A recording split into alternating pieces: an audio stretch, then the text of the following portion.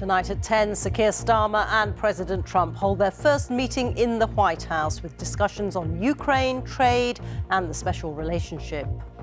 An all-important moment for the Prime Minister to make his case and establish a bond. The diplomatic niceties were clearly on display. It is my pleasure to bring from His Majesty the King a letter. He sends his best wishes. A proudly presented invitation to another state visit. But later there were discussions which focused on trade. Our trading relationship is not just strong, it's fair, balanced and reciprocal. We could very well end up with a real trade deal where the tariffs wouldn't be necessary. We'll see, but he earned whatever they pay him. He earned today. He was working hard at lunch. President Trump also conceded the US would try to get as much land back for Ukraine as possible and appeared to forget that he'd called President Zelensky a dictator. Also tonight. Police investigate the death of the Oscar-winning actor Gene Hackman and his wife. Their bodies were found at their home in New Mexico. The BBC apologises after an internal review into a documentary on children's lives in Gaza finds serious flaws in its production. And this is a fragment of a man's brain from 2,000 years ago that turned to glass. We'll explain how. On BBC London, trying to make stop and search fairer. After 2 years of talking to Londoners, the Met Police changes the way the tactic is used.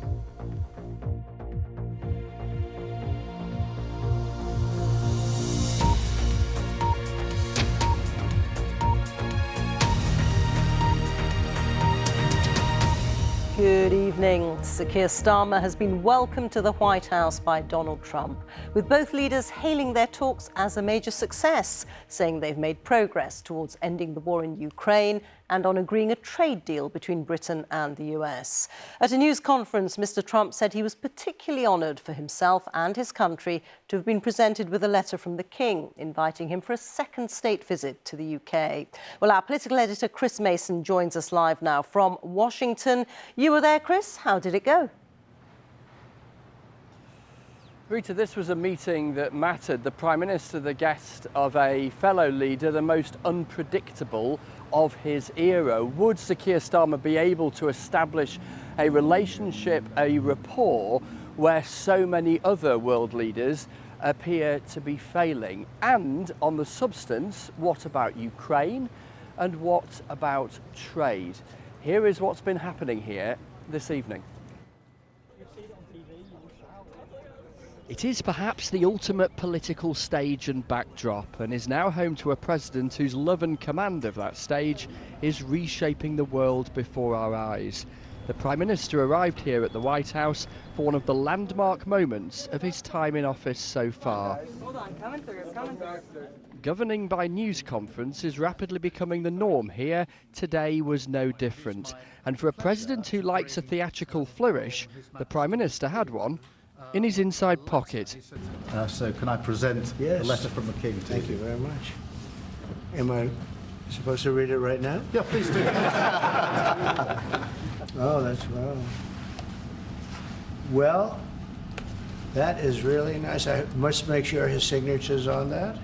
Can you tell us what it says? A beautiful man, a wonderful man, and perhaps you'd like to say what that very important paragraph. Yes, so this is a letter from His Majesty the King.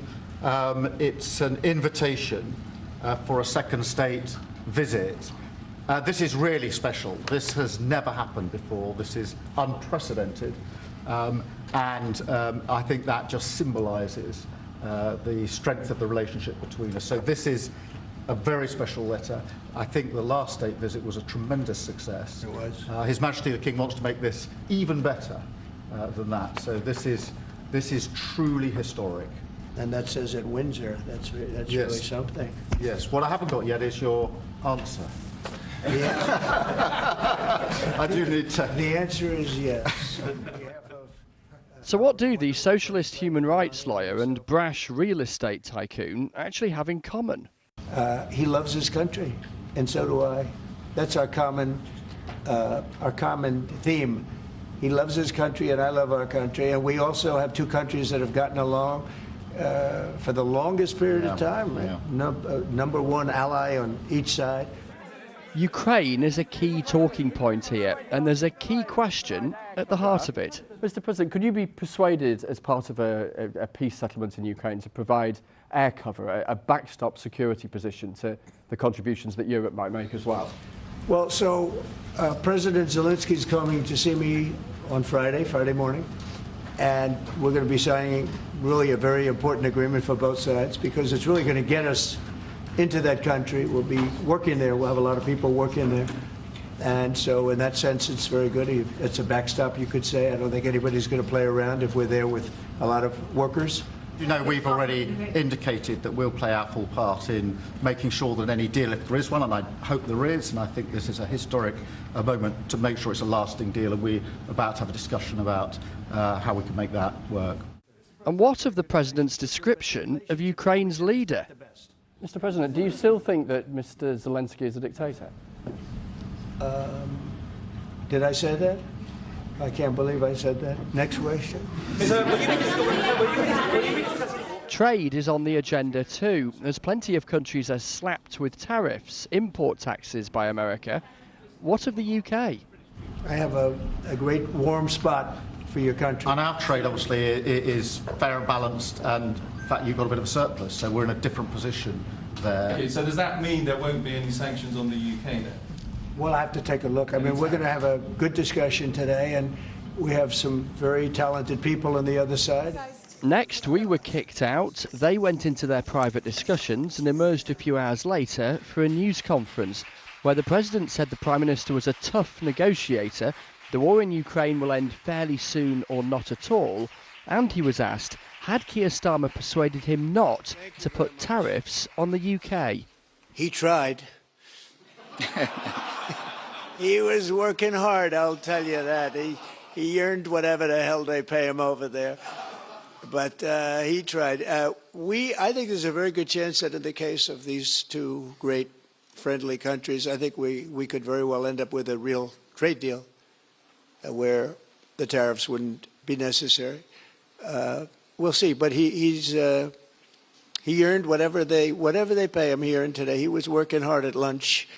And I'm very receptive to it. I think in all fairness, in all seriousness, I think we have a very good chance at arriving at a very good deal.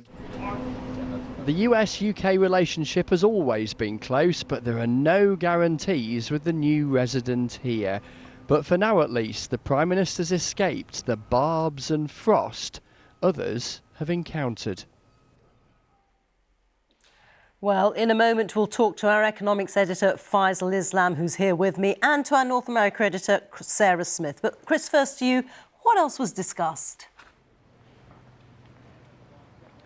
This was an extraordinary couple of hours, Rita. I've never quite seen the Prime Minister being as tactile as he was in public with a fellow leader, perhaps picking up on a bit of the tactics of the French president the other day, and recognising that there's a president here who delights in the public stage, delights in nonchalantly running away from remarks that he's made and caused outrage by just a matter of days or weeks earlier, hence my question to him about his remarks about President Zelensky. And then also in President Trump, a man who is a sort of one-man news machine, so throws out views on all sorts of things the whole time. So a couple of other things, for instance, the row that we brought you about the Chagos Islands, that archipelago in the Indian Ocean, the UK's plan to hand it over to Mauritius, real concern from some at home and abroad about that. Perhaps surprisingly, the President saying in the exchanges tonight that he thinks the deal in which the military base there would be rented back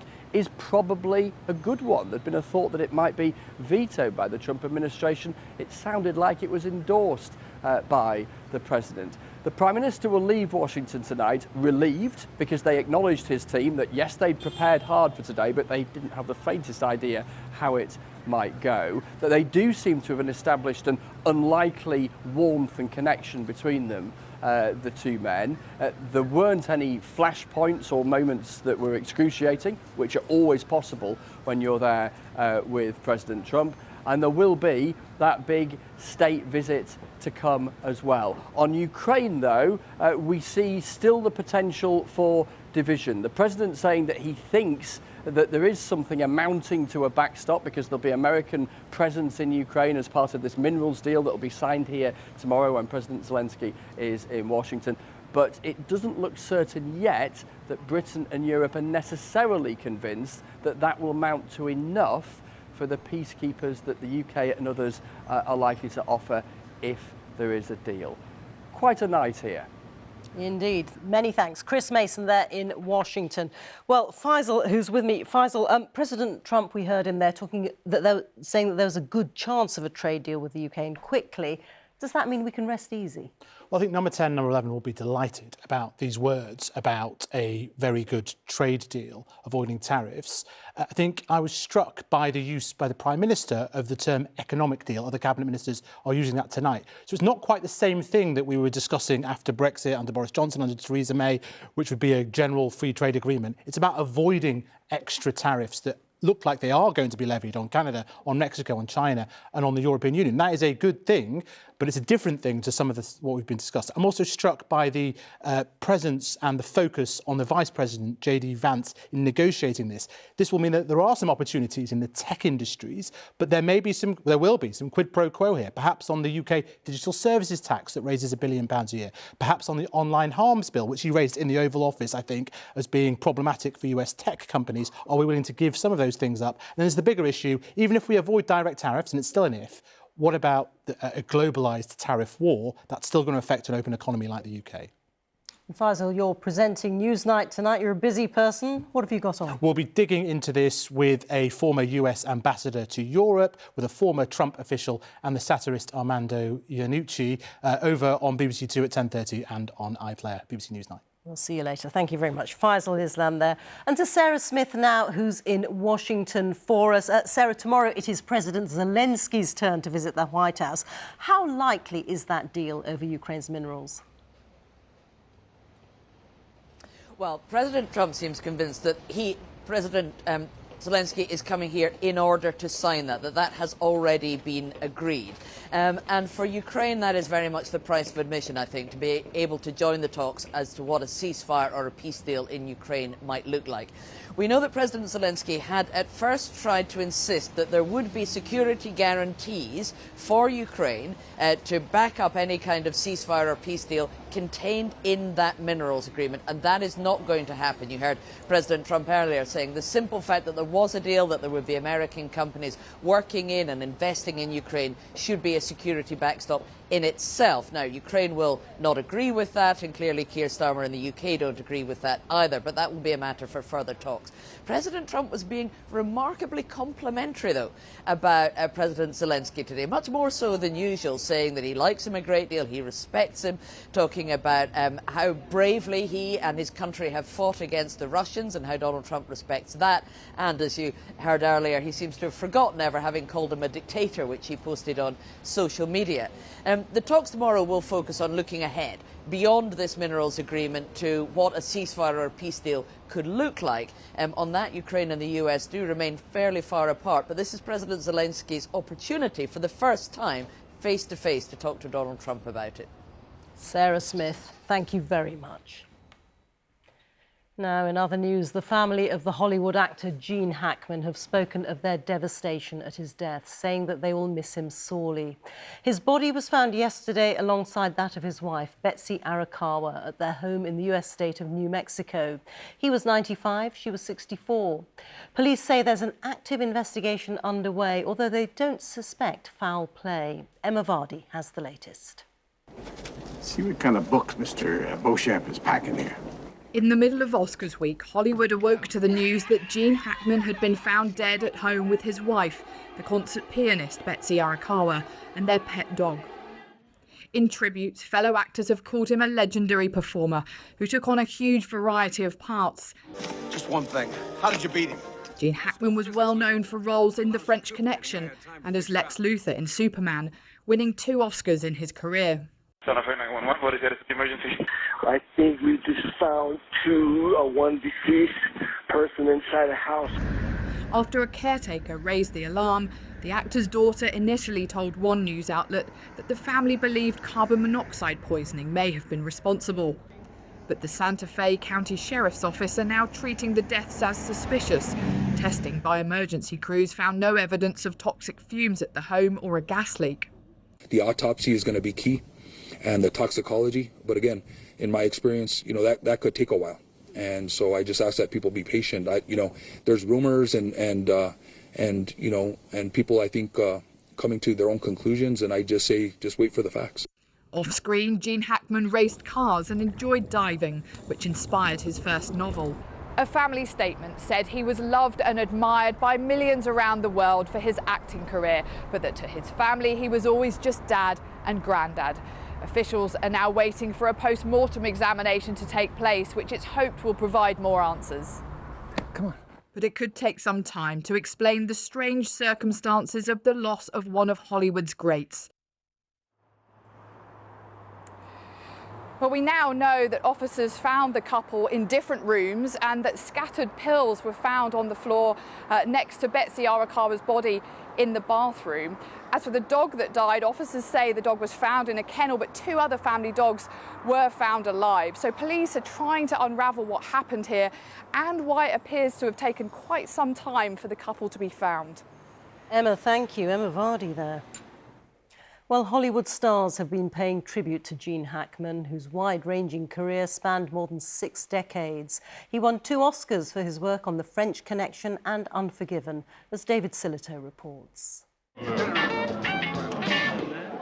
right, Popeye's here. Maybe we should start with this. Get off the bar and get on the wall. Gene Hackman as Popeye Doyle in The French Connection, an Oscar-winning masterpiece. Face the ball. Turn around there. Turn around. Move. Wait! Or maybe Superman, in which he played the evil real estate dealer, Lex Luthor. And Lex Baby is the only one who knows where he is. Here, relaxing in the White House. The world is a big place. As it turns out, I have this affinity for beachfront property. Let's hit it. It's tough because there were so many standout performances. I'm having a ball, scrapping and yelling. Got more important things on my mind than that garbage. But he'd worked hard for it. He was in his mid-30s before he had any real success. Bonnie and Clyde. Take a good look, Pop. I'm Buck Barrel. Won his first Oscar nomination. For the Barrel Boys! And after that, his big break. Bleak, brutal, gripping. The French Connection turned him into one of Hollywood's most compelling tough guys. But the role didn't come naturally. Matter of fact, the second day of shooting, I had asked the director to replace me because I just didn't feel I could do it.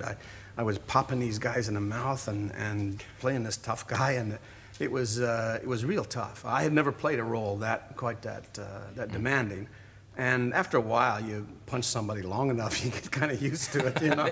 Well, I ain't gonna hurt no woman. But he did get very good at it. I'm gonna hurt you. With an Oscar for Unforgiven and another nomination for Mississippi Burning. Now, you either go on the record for us right now, or it's going to be your ass we're talking about, not just the black kids. Films like The Conversation, a 70s classic. Its director, Francis Ford Coppola, has led tributes today saying Gene Hackman, a great actor, inspiring and magnificent in his work and complexity. I mourn his loss and celebrate his existence and contribution. Clint Eastwood has also paid tribute. So too his co-star on the Royal Tenenbaums, who acknowledged he demanded high standards both of himself and those around him. He was a great one. He was a tough nut, Gene Hackman, but he was really good. And he was really difficult. We can say it now, but he was a tough guy because he's like older, great actors do not give young directors much of a chance. And all this from an actor who was, along with his lifelong friend Dustin Hoffman, voted least likely to succeed at acting school. He may have lacked traditional film idol good looks, but he was undoubtedly a star. The Oscar-winning actor Gene Hackman, who's died at the age of 95. Andrew Tate, the self-confessed misogynist and influencer, has told reporters that he and his brother Tristan are innocent until proven guilty after leaving Romania and landing in Florida on a private jet. The pair, who were arrested in Romania 3 years ago, had their passports returned to them by Romanian prosecutors. But officials said charges of rape and human trafficking against them, which they deny, have not been dropped. Andrew Harding reports now from Bucharest. Released from Romania, the Tate brothers flew into Florida today, loudly declaring their innocence. Listen. We live in a democratic society where it's innocent until proven guilty, and I think my brother and I are largely misunderstood. There's a lot of opinions about us, a lot of things that go around about us on the internet. We've yet to be convicted of any crime in our lives ever. We have no criminal record anywhere on the planet ever. It's almost 3 years since the brothers were first detained in Romania on charges of people trafficking and money laundering. They deny any wrongdoing. The news that the Tates had flown from the airport here in Bucharest came from out of the blue. It's true the brothers had been campaigning for years for their travel restrictions to be relaxed. But why now? Why so abruptly? And crucially, are they still planning to return to Romania to face justice? The Tates had spent time in detention and house arrest in Romania, their property and fast cars seized. But today those assets were returned and the brothers allowed to leave. So was that the result of pressure from the Trump White House? What kind of message are we sending to the world? That anyone with the money and influence can escape and punish in Romania? There's no doubt the Tates now have powerful friends in President Trump's administration. But today the man himself denied a deal was done. I just know nothing about it. We'll check it out. We'll let you know. Beside him, Britain's Prime Minister took a tougher line. Obviously, this involves, there's an English element here, so obviously it's important that justice is done. That English element involves separate and unrelated allegations of rape and human trafficking in the UK, which the Tates deny.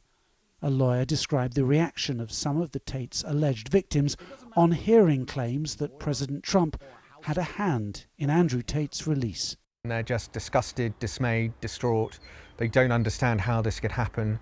Why would the so-called most powerful man in the world intervene on the behalf of one of the world's worst and most prolific alleged sex traffickers and rapists? Back in Florida, the brothers portray themselves as victims of a political witch hunt. For now, though, they are promising to return to Romania to face justice. Andrew Harding, BBC News, Bucharest. The BBC has apologised for serious flaws in the making of a Gaza documentary and said it has no plans to broadcast it again in its current form or to return it to iPlayer. The corporation removed Gaza, How to Survive a War Zone, which was made by an independent production company, from iPlayer, while it carried out further due diligence after discovering that its teenage narrator was the son of a Hamas official. Good morning. You all right? My name is Abdullah. I'm 13 years old. I'm stuck here in Gaza. Well, our culture and media editor, Katie Razzle, is here with me. What do you make of what the BBC's been saying, Katie? Well, Reeta, this BBC statement that came out tonight is unusually lengthy in my experience of these things and robust. And that is clearly an acceptance of quite how damaging this story is for the BBC's reputation. The Prime Minister was even asked about it as he stood beside Donald Trump today and said he was concerned.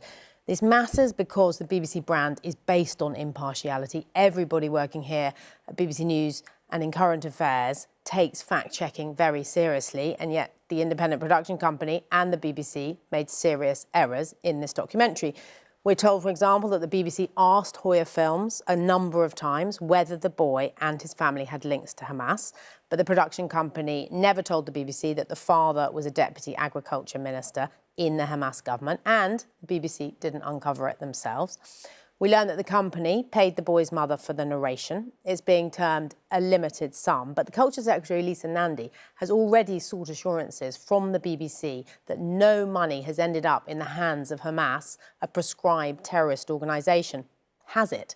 I mean, that is something that the new review that's been announced will have to look further into. It's also looking at whether anybody should face disciplinary action. Now, earlier in the week, The BBC was apologising over its failure to tackle behaviour around the conduct by the DJ Tim Westwood after a review that cost more than £3 million. Now we've got another apology in the same week, another review, and this one does feel more reputationally damaging in my view because it cuts to the very heart of BBC journalism, which is why we have this fulsome response. Having said that, I mean, in a staff email that came out from the CEO of BBC News, Deborah Turness, she said it is very important that the BBC goes to difficult places to tell stories. And the suffering in Gaza, the plight of children in Gaza, right now, that is such an important story to focus on. But as she says, the BBC has to get it right. And in this instance, they didn't. Now, Hoya Films, the company, said it's cooperating fully to understand where mistakes have been made, but it stands by its belief that the contributors who have no say in the war should have their voices heard. Katie, thank you very much. The Cheshire MP Mike Amesbury, who was jailed for 10 weeks for punching a constituent in the street, has been released after 3 nights in prison following an appeal. The 55-year-old, who represents Runcorn and Helsby, pleaded guilty last month to assault. He's been suspended by the Labour Party. A 14-year-old boy has lost a court case that he brought against his own parents after they moved him from London to a boarding school in Ghana. The boy had argued that his parents tricked him into going to the school. They said they feared he'd be drawn into criminal activity in London. Sancha Berg reports. I'm really struggling in Ghana. I hate it here. There's no other way to describe this, but I feel like I'm living in hell. Last summer, a 13-year-old boy sent a desperate email to the British High Commission in Accra. Last half-term, my parents left me in Ghana by myself in a boarding school. I'm from London, England. I'm begging to go back to my old school. Please help me. The boy then contacted a charity who helped him instruct lawyers. They asked the High Court to order him back to Britain. He'd left the school but stayed in Africa.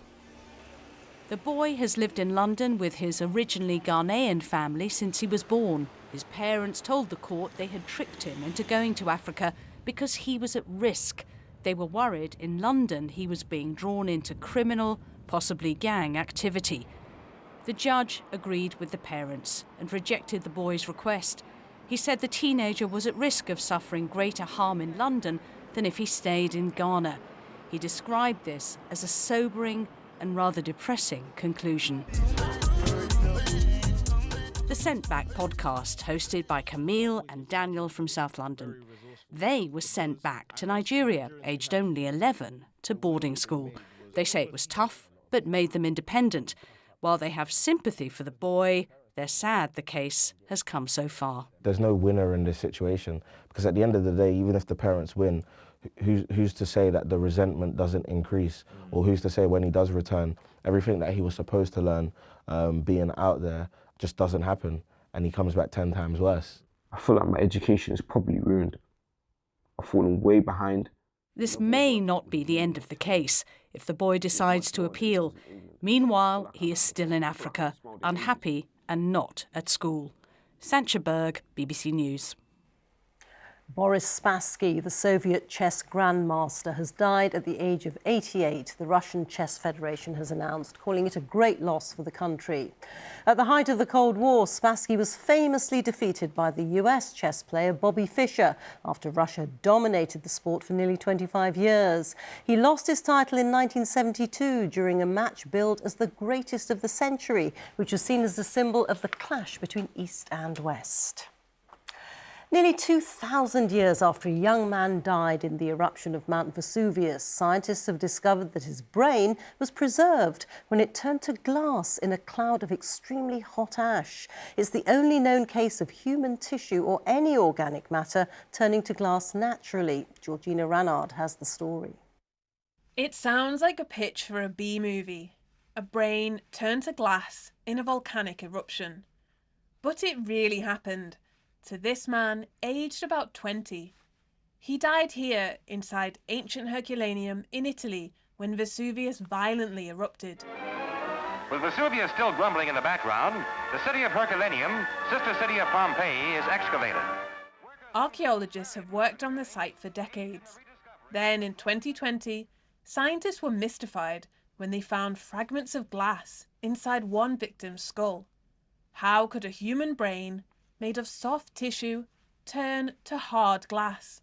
Now they have the answer. The material must have been very fast heated, so well above 510 degrees, by a dilute ash cloud, rapidly passing through town, heating up the body, probably damaging most of the other soft tissues, but leaving these remnants in the skull of the brain. The temperature quickly dropped down back to room temperature. We're able to lock the amorphous structure of these soft tissues into what is now a glass. The scientists found these neural structures inside the glass, proving that it really was once a living organ. Vesuvius's victims died suddenly and violently, but the unique remnants of one young man are helping scientists understand the dangers of volcanoes today. Georgina Ranard, BBC News. Extraordinary story. Time for a look at the weather now with Louise Lieu. Hi, Louise. Not quite as extraordinary, but quite pleasant, actually, because a lot of fine weather around over the next few days, but it still comes at a price at this time of year. Temperatures already falling below freezing in one or two spots. -2 is Benson, the Inverness as well, but even down in Bournemouth, close to freezing. So it is going to be a cold night. That's because we've got this area of high pressure moving in from the southwest. The winds are light, the skies are clear, the temperatures are falling away. So yes, we will continue to see quite a quiet story. There's also the risk of some fog forming as well across parts of East Anglia, maybe down through the Vale of York, down towards South Oxfordshire too. So a chilly start in the morning. In rural spots, we could see temperatures as low as -5 degrees, but the fog will gradually lift away in the early morning, and then as we go through the day, we will see a lot of sunshine. A little bit of fair weather cloud here and there into the afternoon, a bit more of a brisk breeze, perhaps driving in one or two isolated showers into the Western Isles, but that's it. Quite a straightforward day, really. A lot of sunshine around and temperatures 9 to 11 degrees. Into the weekend, no signs of any significant change. I know there's a weather front pushing into that high pressure, but it's going to weaken considerably. So not that much in the way of rain. We keep the light winds, we keep the high, driving the weather story as we go through the weekend. So ultimately that means a lot of fine, settled, sunny weather. Frost and fog could be an issue for a time, but then that eases away and it's looking quite promising. Want to know what's happening in your area? Download the weather app and you can find hourly forecasts. Back to you, Rita. Thank you very much, Louise. And that is tonight's BBC News at 10. On BBC One, it's time now to join our colleagues for the news where you are. Bye-bye.